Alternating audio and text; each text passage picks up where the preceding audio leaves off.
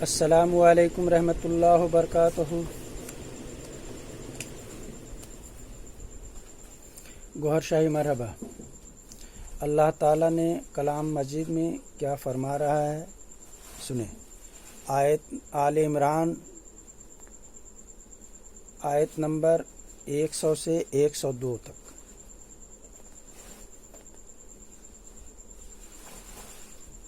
بسم اللہ الرحمن الرحیم۔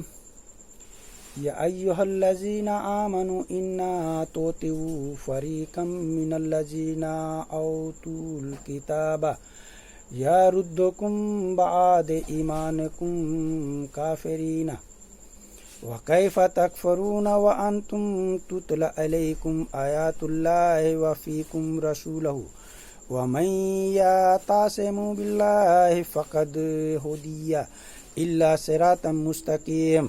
یا ایہا الذین آمنوا اتقوا اللہ حق تقاتہ ولا تموتن الا وانتم مسلمون۔ ترجمہ۔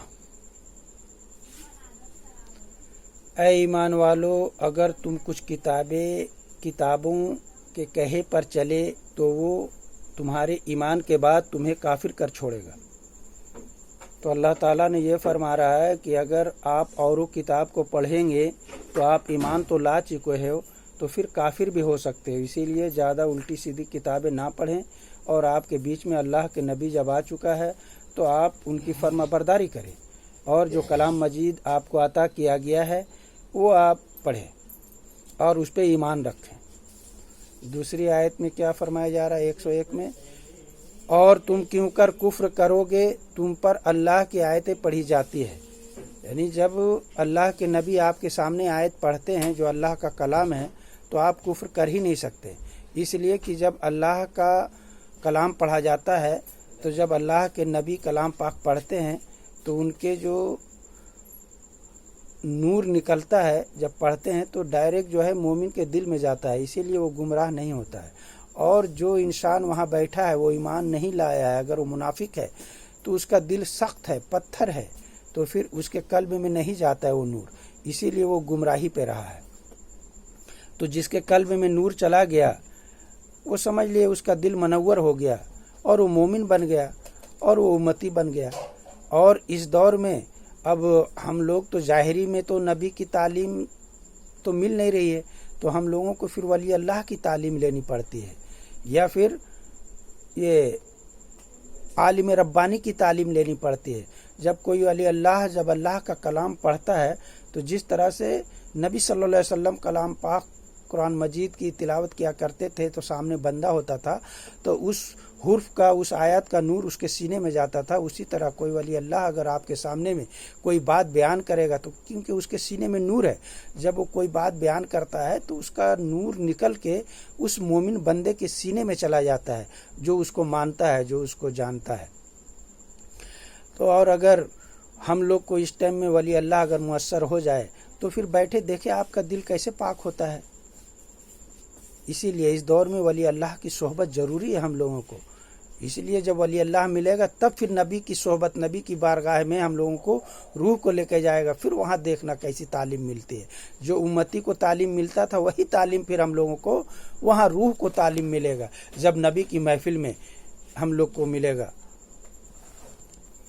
اس کے بعد اور تم اس کا رسول تشریف لایا، اور جس نے اللہ کا سہارا لیا تو ضرور وہ سیدھی راہ دکھائے گا۔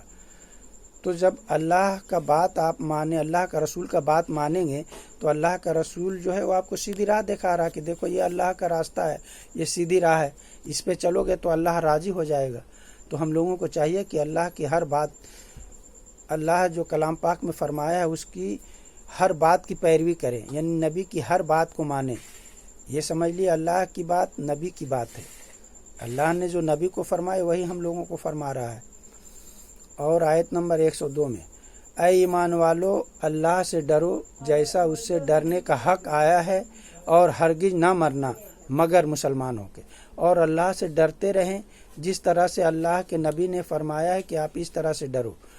اس ٹائم ایسے نہیں مرو گے، مسلمان اگر ایمان والے ہو گئے تو ایمان ہی پہ مروں گے، یہی بتایا جا رہا ہے۔ تو ہمیں اللہ سے ڈرنا چاہیے اور اس طرح سے ڈرے جس طرح سے نبی بتایا ہے ڈرنے کے لیے. اس لیے سارے جہان اللہ کا ہے، پورا پچھم مشرق مغرب سب اللہ کا ہے. چاروں پورے دنیا پورے جہان ساتوں آسمان یعنی جو بھی 18,000 جو مخلوق ہیں سب اللہ کے مخلوق ہیں.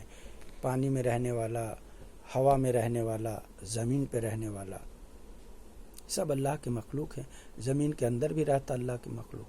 تو ہم لوگوں کو چاہیے کہ اللہ کا نبی کا عشق ہم لوگ اپنے سینے میں پیدا کریں اور خوب پیدا کریں تاکہ ولی اللہ کی صحبت ملے. اور ولی اللہ کی صحبت ملے گی تو ہم لوگوں کو دل پاک ہوگا. اور ولی اللہ کی صحبت پانے کے لیے کامل ذات کو آپ کو ڈھونڈنا ہوگا.